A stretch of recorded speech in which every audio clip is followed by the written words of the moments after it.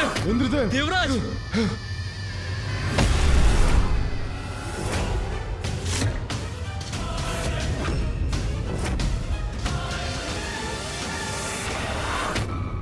इंद्रदेव, इनकी तुच्छता से तो हम भी क्रोधित हैं, किंतु अभी आपने कहा था मां आदि शक्ति इनकी संरक्षक हैं।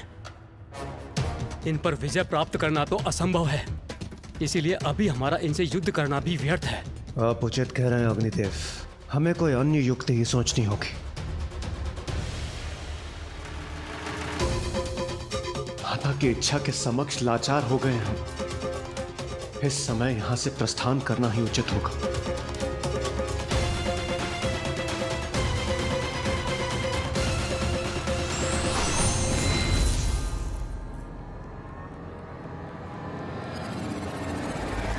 असुर सम्राट की जय! असुर सम्राट की जय! असुर सम्राट की जय! असुर सम्राट की जय! हमारी रक्षा करने के लिए कोटि कोटि प्रणाम माता।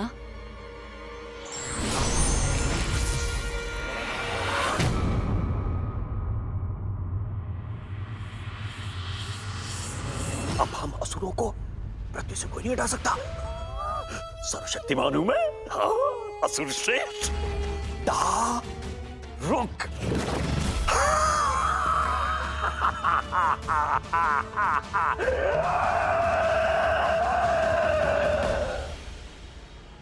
आप उन ऋषियों की रक्षा करने में असमर्थ रहे देवराज।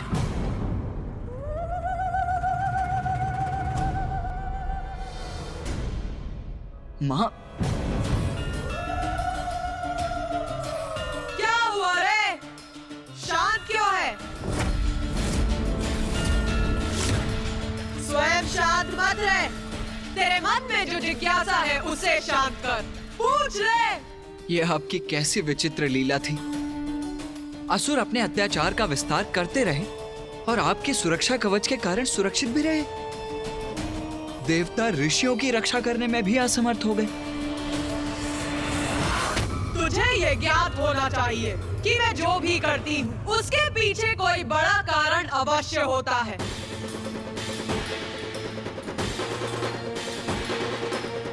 इंद्र, जिज्ञासा शांत करो इनकी।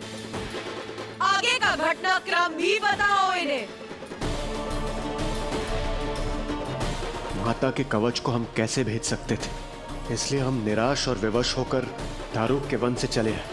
किंतु जब हम आपस में विचार विमर्श कर इस समस्या का समाधान ढूंढने और हमारी रणनीति की रचना करने के लिए स्वर्गलोक की ओर बढ़ रहे थे, तभी हमें कुछ दिखाई दिया।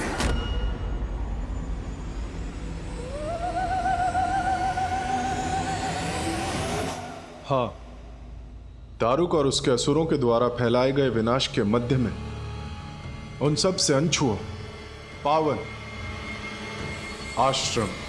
क्या? एक आश्रम देखा आपने? किंतु पृथ्वी पर तो अनेकों आश्रम हैं। यदि एक आश्रम और था तो इसमें असाधारण क्या था?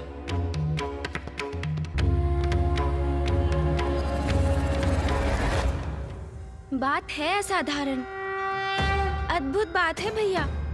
इतनी साधारण घटना में गणेश को क्या असाधारण दिखाई दे रहा है? दारुक ने पृथ्वी को आतंकित कर दिया था। चहु दिशाओं में विनाश ही विनाश किया था उसने। उसके असुर सैनिकों ने सभी ऋषि मुनियों को बंदी बना लिया था। उनके आश्रम भी नष्ट कर दिए थे। ऐसी अवस्था में यदि देवताओं को इस विनाश से अनछुआ आश्रम दिखाई दिया तो ये तो वास्तव में बहुत ही अद्भुत घटना है भैया। हाँ, ये तो गणेश उचित कह रहा है। इतने विनाश में वो आश्रम कैसे सुरक्षित रहा? वो किसका आश्रम था माता?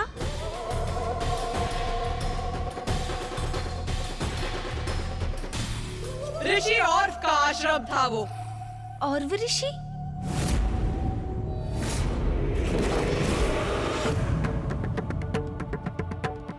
उस आश्रम को देखकर हम आश्चर्यचकित थे, जो इस विनाश के मध्य अनछुआ खड़ा था, जिसे देखकर हमारे मन में एक जिज्ञासा जागी और हमारी जिज्ञासा को देव ऋषि नारद ने शांत किया। उन्होंने बताया कि ऋषि और अत्यंत तेजस्वी ऋषि हैं। उनकी तापस शक्ति इतनी शक्तिशाली है कि वो किसी को भी भस्म कर सकते हैं। ये जानकर दारुका के असुरों ने उनके आश्रम में प्रवेश करने का दुस्साहस नहीं किया। देवऋषि नारद का कथन सुनकर हमें विश्वास हो गया कि इस निराशा के अंधकार में ऋषि और भी हमारे आशा की किरण है, और हमने उनसे हमारी सहायता करने की गुहार लगाने की ठान ली। किंतु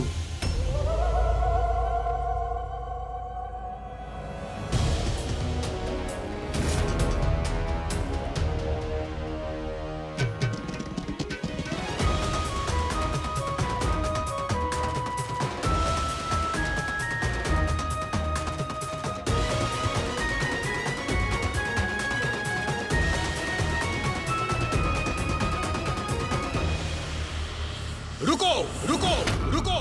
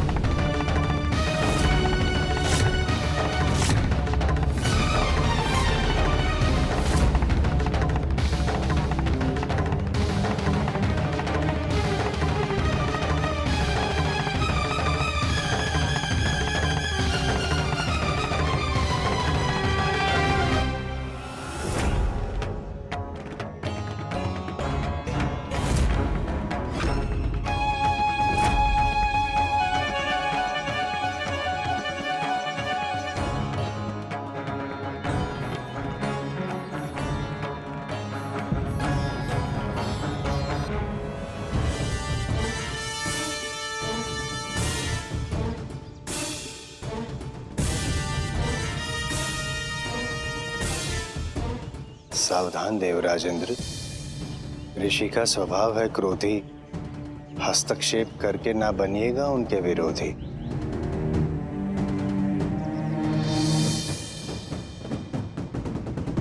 प्रणाम ऋषिवर। प्रणाम ऋषिवर। प्रणाम ऋषिवर।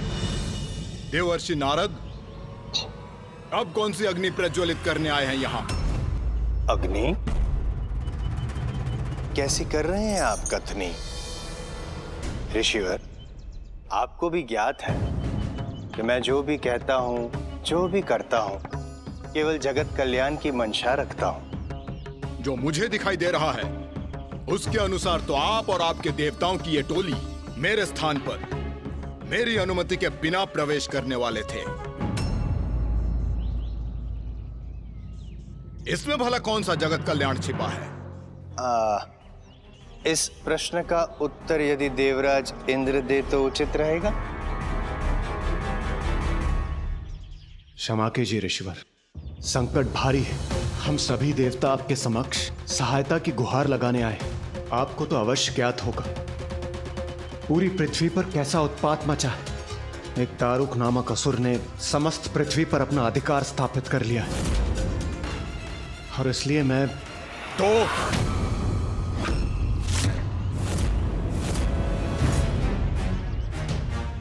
आप सभी देवता तो योद्धा हैं। आपको उस असुर को पराजित कर पृथ्वी से खदेड़ देना चाहिए। इसमें भला मैं क्या कर सकता हूं?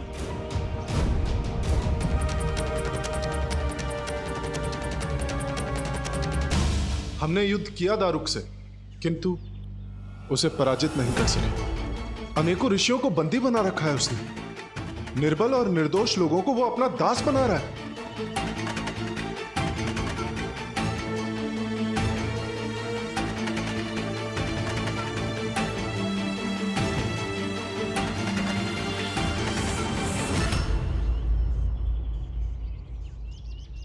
ऐसी स्थिति में उन ऋषियों को मां आदि शक्ति की आराधना कर उनसे सहायता प्राप्त करनी चाहिए।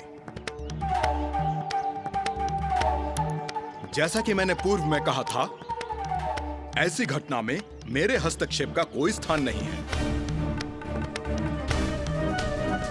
देवराज, हमें मार्ग दीजिए। किंतु ऋषिवर,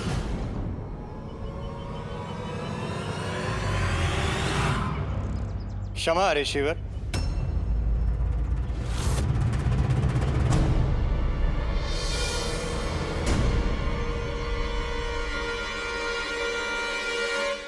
देवताओं की समस्या भी अस्थान पर नहीं है ऋषिवर। समस्त देवता और ऋषि मां आदिशक्ति की पूजा अर्चना करते हैं, किंतु जब मां आदिशक्ति असुरों की रक्षा करने के लिए सुनिश्चित है तो क्या करें?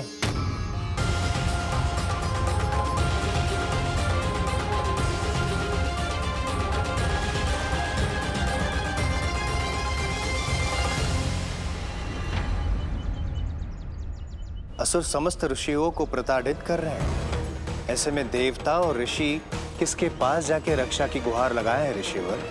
मां आदिशक्ति असुरों की रक्षक बनी हुई है, परंतु यह कैसे संभव है?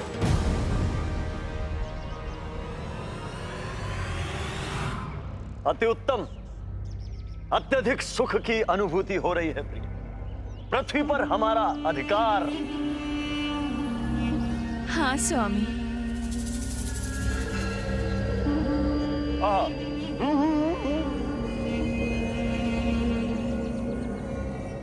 अति उत्तम है ये मांसाहारी आहार इस पृथ्वी का। वाह।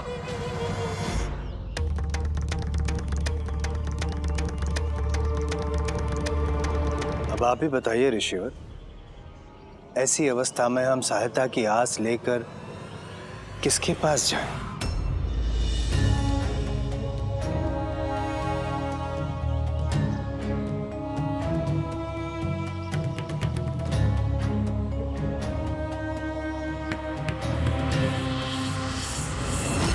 कदाचित ऋषिवर इस समस्या का समाधान करने के लिए समर्थ नहीं है। कदाचित वे स्वयं ही विवश है। इसी कारण हमें इस समस्या में ऋषिवर को सम्मिलित नहीं करना चाहिए। जैसी हमारी नियति, हम कोई और उपाय ढूंढ लेंगे। आइए।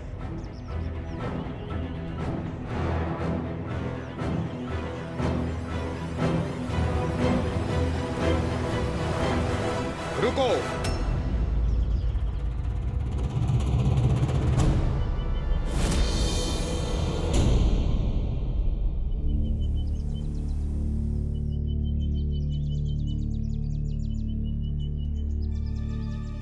आ गया ऋषिवर। मां आदिशक्ति मेरी और आप सभी की माता हैं। सत्यवचन। यदि उन्होंने असुरों की रक्षा करने का चुनाव किया है तो कदाचित उन्हीं के दिए हुए किसी वरदान हेतु वो विवश हैं, या ये उनकी लीला है जिसे हम समझने में असक्षम हैं। किंतु मैं माता के सर्वोच्च भक्तों में से एक हूं और निर्दोषों का रक्षण करना मेरा धर्म है। यदि माता असुरों को संरक्षण देना चाहती हैं तो यह उनकी इच्छा है, किंतु ऋषियों की रक्षा करना मेरा धर्म है। मैं करूंगा उन ऋषियों की रक्षा। मैं करूंगा उन ऋषियों की रक्षा। मैं करूंगा उन ऋषियों की रक्षा।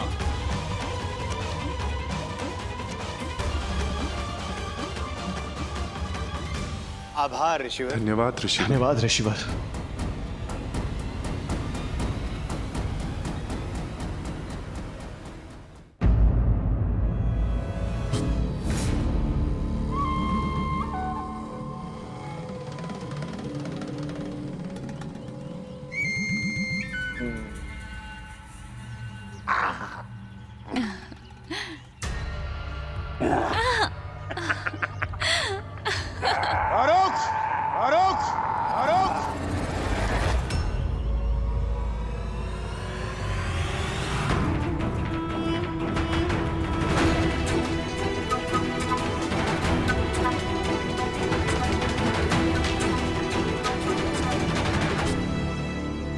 क्यों लौट कर आए हैं?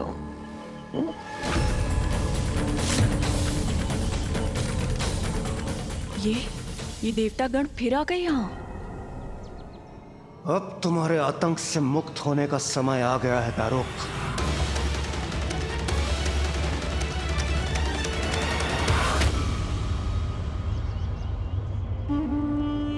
देवताओं, प्रतीत होता है कि हमारे सत्कार से बहुत आनंदित हुए हो, तो फिर सत्कार करवाने चले आए। करेंगे, पहले भोजन ग्रहण करना। दारुक, हम देवता अत्यंत उदार हैं। यदि जो कुछ भी किसी से पाते हैं उसे उससे भी अधिक मात्रा में पुनः लौटा भी देते हैं। दारुका, ऐसा क्या कारण है इनका साहस इतना बढ़ गया है?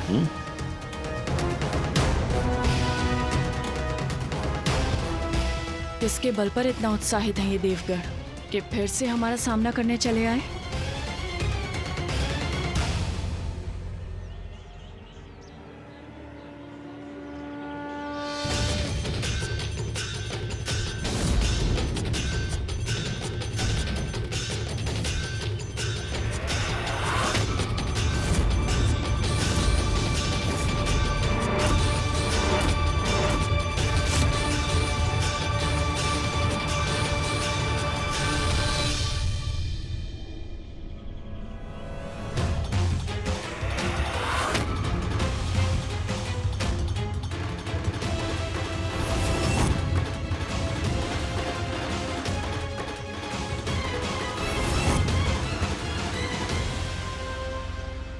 दुष्ट असुर, तुमने निर्दोष ऋषियों को त्रस्त करने का दुस्साहस कैसे किया?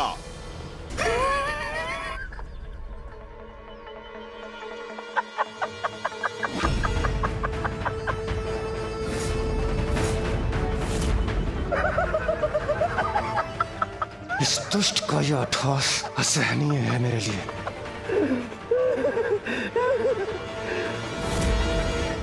मान गए देवराज इंद्र, मान गए तुम्हारी बुद्धि और शक्ति।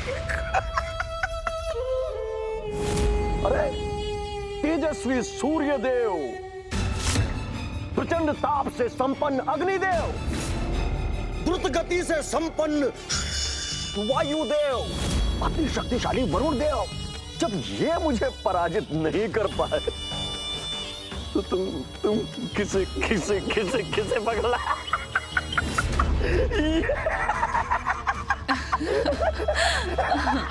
वयोवृद्ध ऋषि।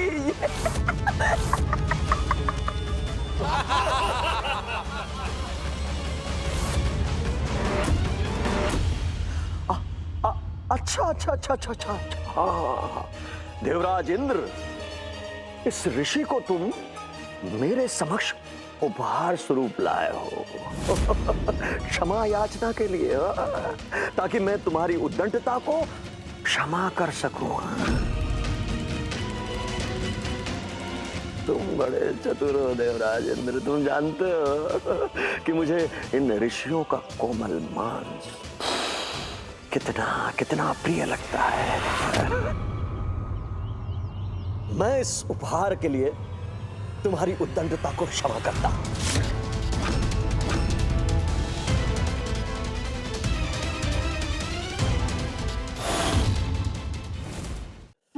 अच्छा देवराज इंद्र, पहले पहले इस ऋषि को मेरे निकट लाओ, मैं देखूं तो सही ये मेरे खाने योग्य है या मेरे दास बनने योग्य है कि हमेशा मैं इससे अपनी सेवा करवाता रहूं।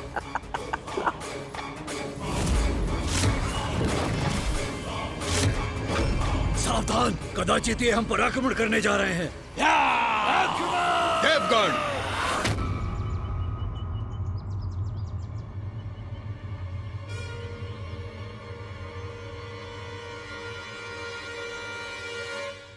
इनके और मेरे मध्य कोई नहीं आएगा, कोई भी नहीं। आप सभी समझ गए ना?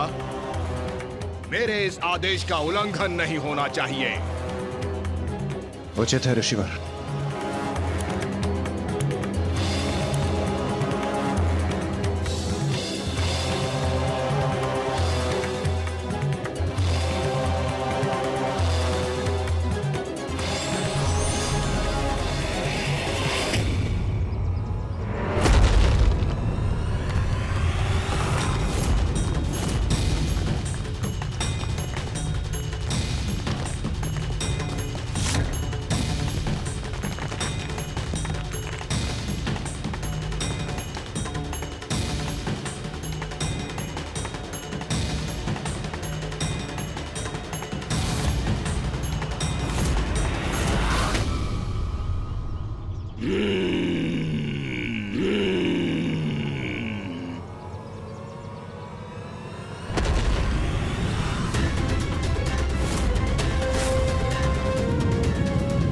ये क्या?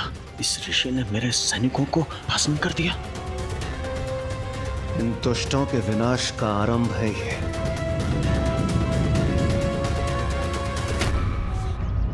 मेरे समक्ष आकर इतना दुस्साहस करने वाले कौन हो तुम ऋषि?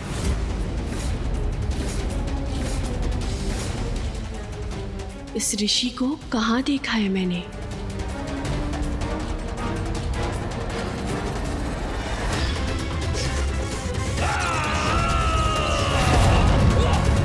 ऋषि और जिन्हें हमारे असुर सैनिक बंदी नहीं बना पाए, और जब भी हमारे सैनिक इनके आश्रम पहुंचे तो इन्होंने उन्हें भस्म कर दिया। तो ये है वो प्रसिद्ध ऋषि जिसे हमारे असुर बंदी नहीं बना पाए, क्योंकि अपनी शक्ति से ये उन्हें बार बार भस्म कर रहा था। इसे अपनी कुटिल नीति से बरगलाना होगा। ऋषि और मैंने तुम्हें कोई हानि नहीं पहुंचाई, उत्तेजित नहीं किया, फिर तुम क्यों मेरे कार्य में हस्तक्षेप करने चले आए इन मूर्खों के साथ? निर्दोषों को कष्ट पहुंचाकर तुमने उत्तेजित किया है मुझे। इतना दुस्साहस कैसे किया तुमने? अपना स्वर ऊंचा करने की दुष्टता मत करो ऋषिवर, इसी में तुम्हारी सुरक्षा है।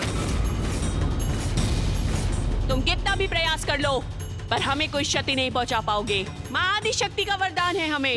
माँ आदि शक्ति के वरदान से प्रबलता प्राप्त की है तुमने, तो मेरा शाप तुम्हें निर्बल बना देगा।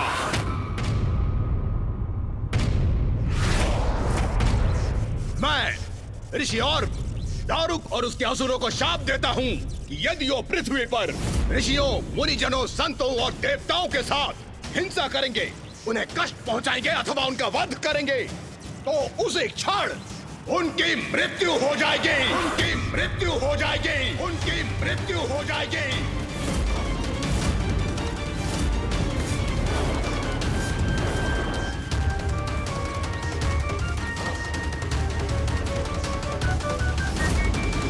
नहीं, तुम ये नहीं कर सकते।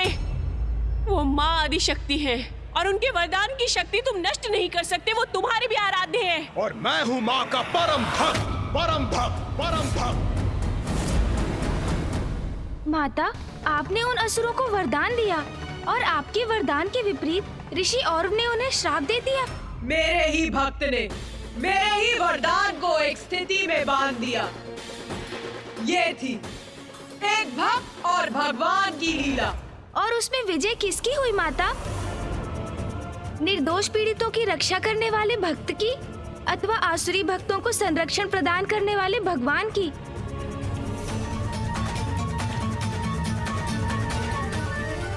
ऋषि औरव के श्राप ने हमें एक और अवसर दिया था, जिसका समुचित लाभ उठाने का हम सभी ने निर्णय लिया। योद्धा को अवसर प्राप्त हो तो उसे चूक नहीं करनी चाहिए।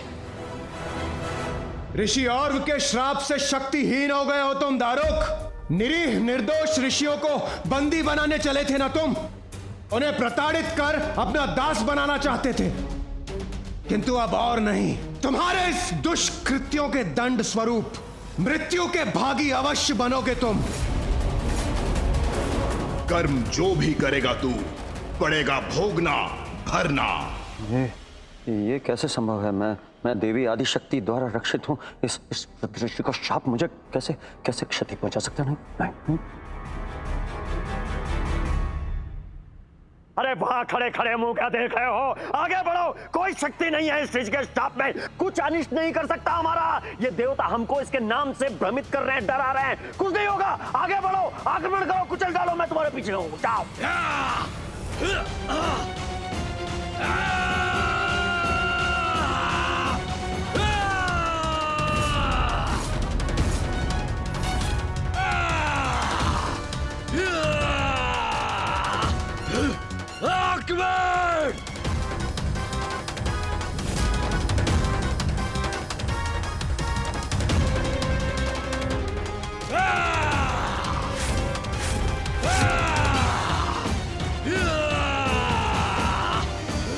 मेरी रक्षा अवश्य होगी।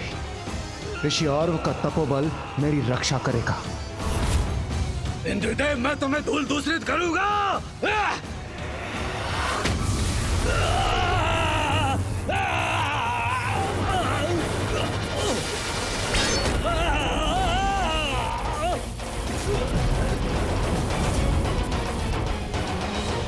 इंद्र के वज्र उठाए बिना ही मेरे प्रबल योद्धा का अंत हो गया।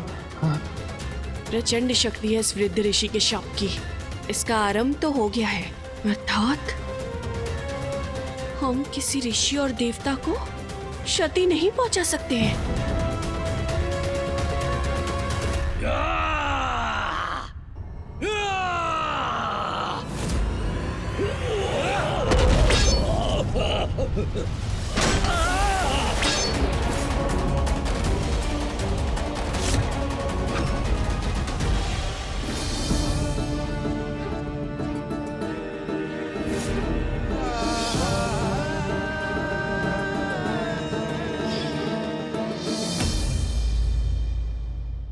दारुक!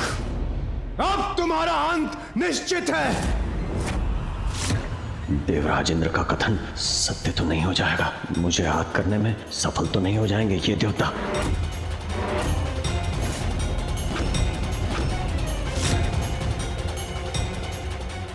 देवगण, मैं इस दुष्ट दारुक से निपटता हूं। आप सभी बंदी ऋषियों को मुक्त कराइए।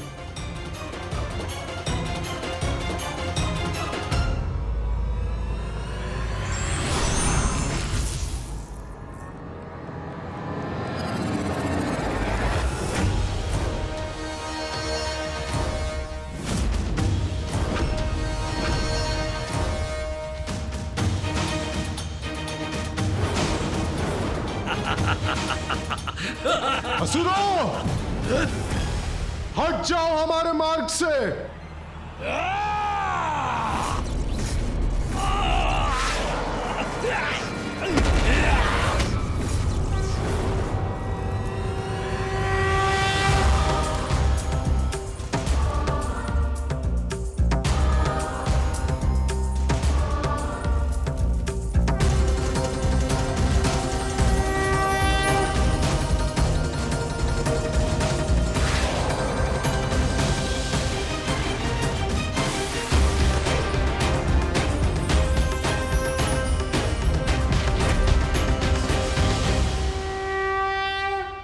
आइए।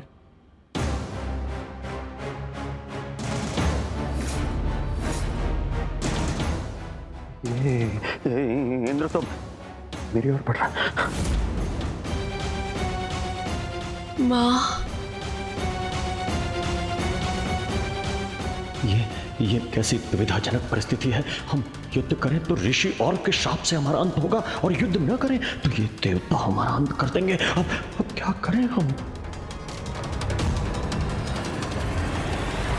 माँ, आपने वचन दिया था कि आप मेरे और आप मेरे असुर समुदाय की रक्षा करेंगी। अपना वचन निभाइए माता, अपना वचन निभाइए।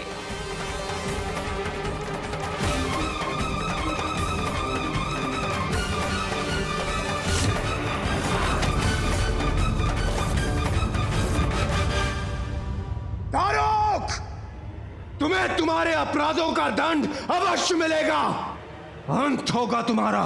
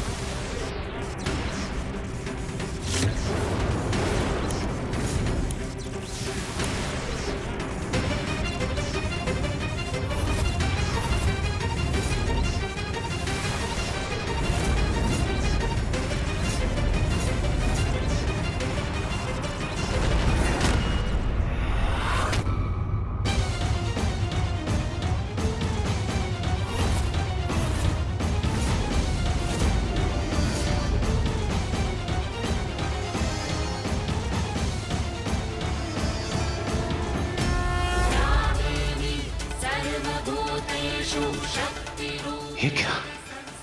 माता आदि शक्ति ने पुनः इसके चारों ओर रक्षा कवच उत्पन्न कर दिया।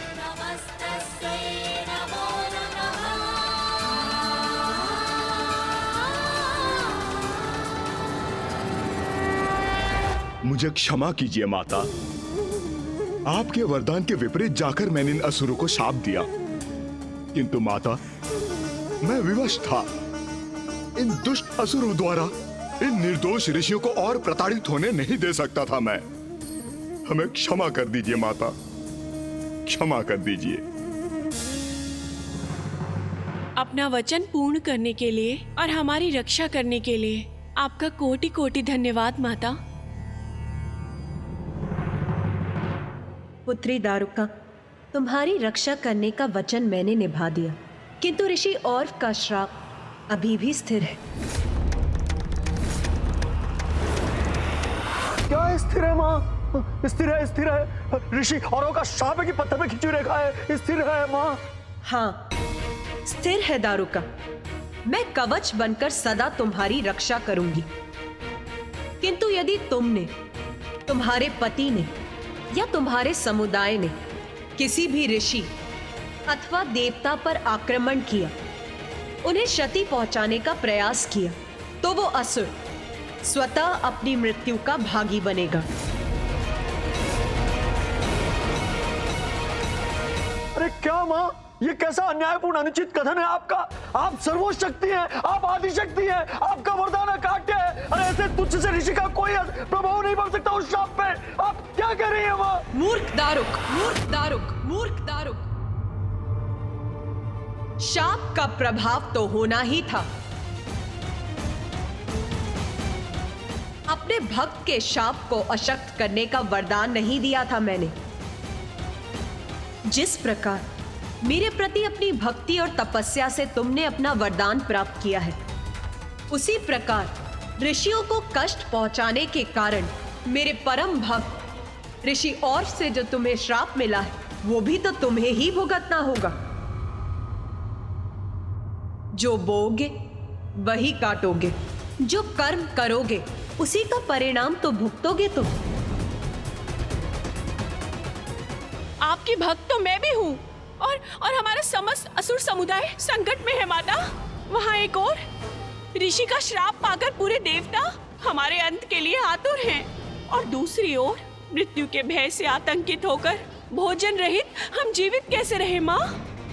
इसलिए अब आप ही हमारा मार्गदर्शन कीजिए माँ। इस संकट से हम अपनी रक्षा कैसे करें?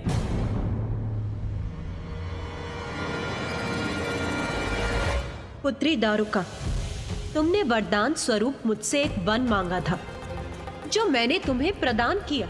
वो वन समस्त साधनों से संपन्न है, उसका उपयोग करो, उससे भोजन प्राप्त करो। क्या वन का उपयोग करो माँ? अरे हम असुर हैं, मांसाहारी हैं, हम घास फूस खाएंगे, हम मांस खाने तो यहाँ आए थे माँ।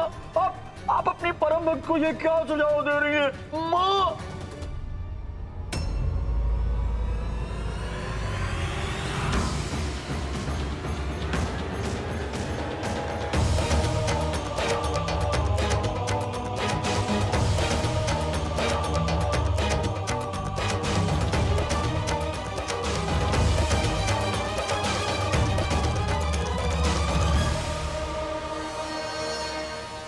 देवगण, इन ऋषियों को सुरक्षित स्थान पर पहुंचा दीजिए, किंतु मेरी दृष्टि इस दुष्ट दारुक पर केंद्रित रहेगी।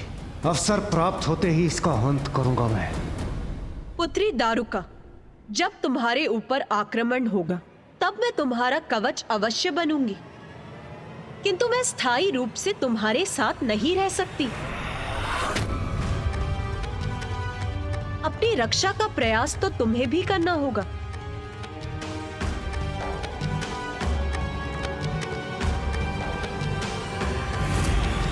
वो देवराज इंद्र आक्रमण करने की ताक में है। यदि उसने स्वामी पर वार किया तो वो भी उसका उत्तर देने के लिए उस पर प्रहार अवश्य करेंगे, और तब ऋषि ऑर्फ के श्राप के प्रभाव से स्वामी का अंत हो जाएगा। अब मैं क्या करूं? माता के प्रस्थान करते ही मैं अपना वार करूंगा दारुक।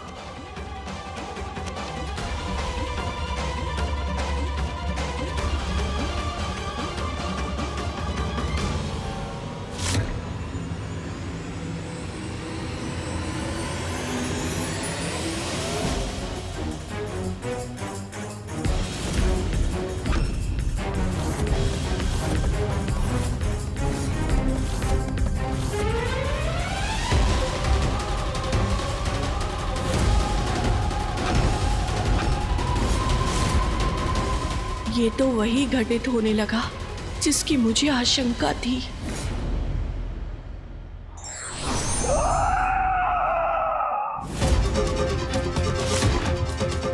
स्वामी ने अपने हाथ में खड़क उठा लिया।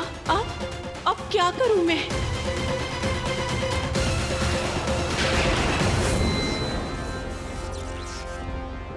पुत्री दारुका, तुमने वरदान स्वरूप मुझसे एक वन मांगा था। जो मैंने तुम्हें प्रदान किया वो वन समस्त साधनों से संपन्न है, उसका उपयोग करो। अब जहां तुम और तुम्हारा समस्त समुदाय जाएगा, ये वन तुम्हारे साथ जाएगा। समझ गई। अब यही एकमात्र उपाय शेष है। रुकिए स्वामी।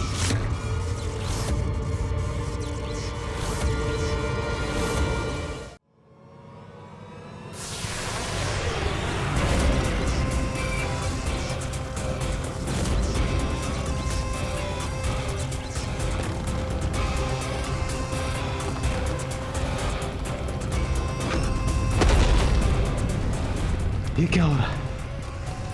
ये वन इस भूखंड से विलुप्त कैसे हो गए?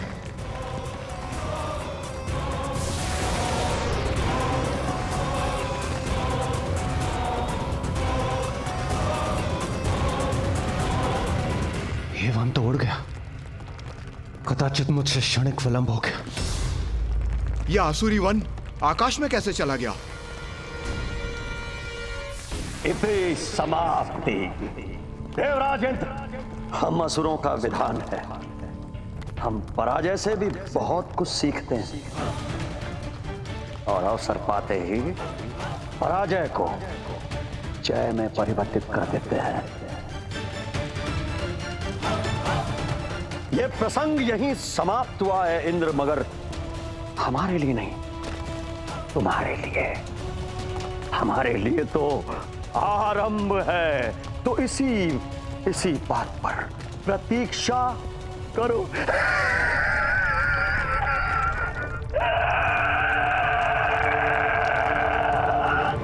यदि साहस हो तो रुक जाओ असुरो। इस आरंभ को अंत में न परिवर्तित कर दिया तो मैं भी देवराज इंद्र नहीं।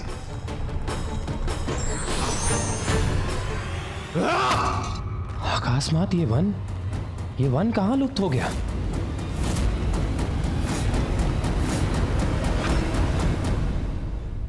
इसका अंत तो सर्वथा उचित था। दारुक और उसके असुर पृथ्वी छोड़ने पर विवश हो गए, अर्थात इस संसार को उनके आतंक से मुक्ति प्राप्त हुई, है ना? उचित ही कहा है ना गणेश ने। अंततः संसार मुक्त हो ही गया दारुक के अत्याचार से। अत्याचार से मुक्ति मिल गई? नहीं। ये किसने कहा कि दारुक, दारुका और उसके असुर संसार से प्रस्थान कर गए? नहीं, क्योंकि दारुका ने अपने वन को सागर में स्थित कर लिया। वो दोनों सागर में वास करने क्यों चले गए माता? सागर में क्यों स्थित हो गए वो माता? बुद्धि का देवता है गणेश, तो अपनी बुद्धि का प्रयोग कर, तो तुझे तुम दोनों के प्रश्नों का उत्तर मिल जाएगा।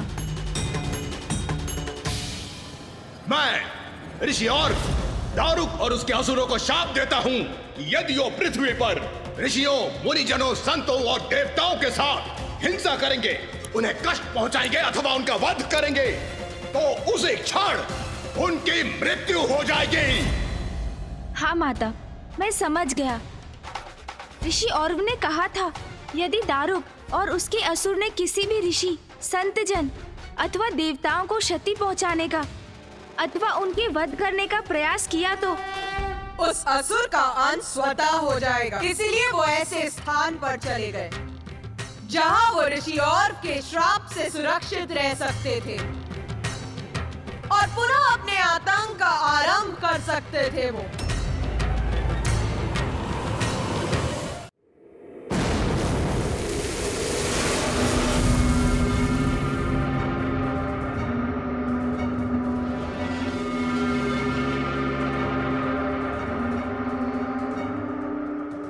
दारुका, ये कहां ले आई हो? चारों तरफ जल ही जल है।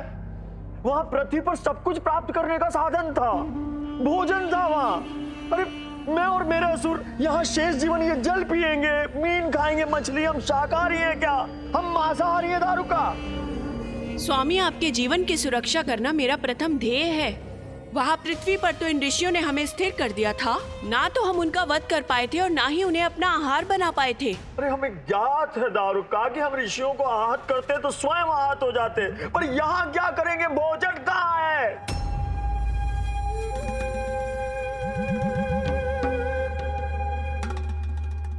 चिंता मत कीजिए स्वामी, जीवित तो हम यहाँ पर भी रहेंगे, और मात्र जल और मीन पर नहीं, केवल उन पर।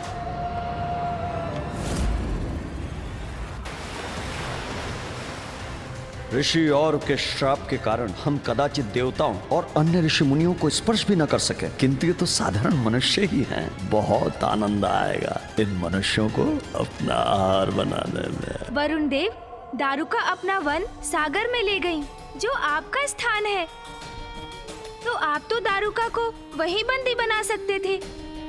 आपका प्रश्न सर्वथा उचित है प्रथम पूज्य श्री गणेश। जल के देवता होने के उपरांत भी मैं उन्हें समुद्र में वास करने से नहीं रोक सका। किंतु वरुण देव, आप तो संपूर्ण जल के देवता है ना? क्या आपने इस स्थिति में हस्तक्षेप करना उचित नहीं समझा?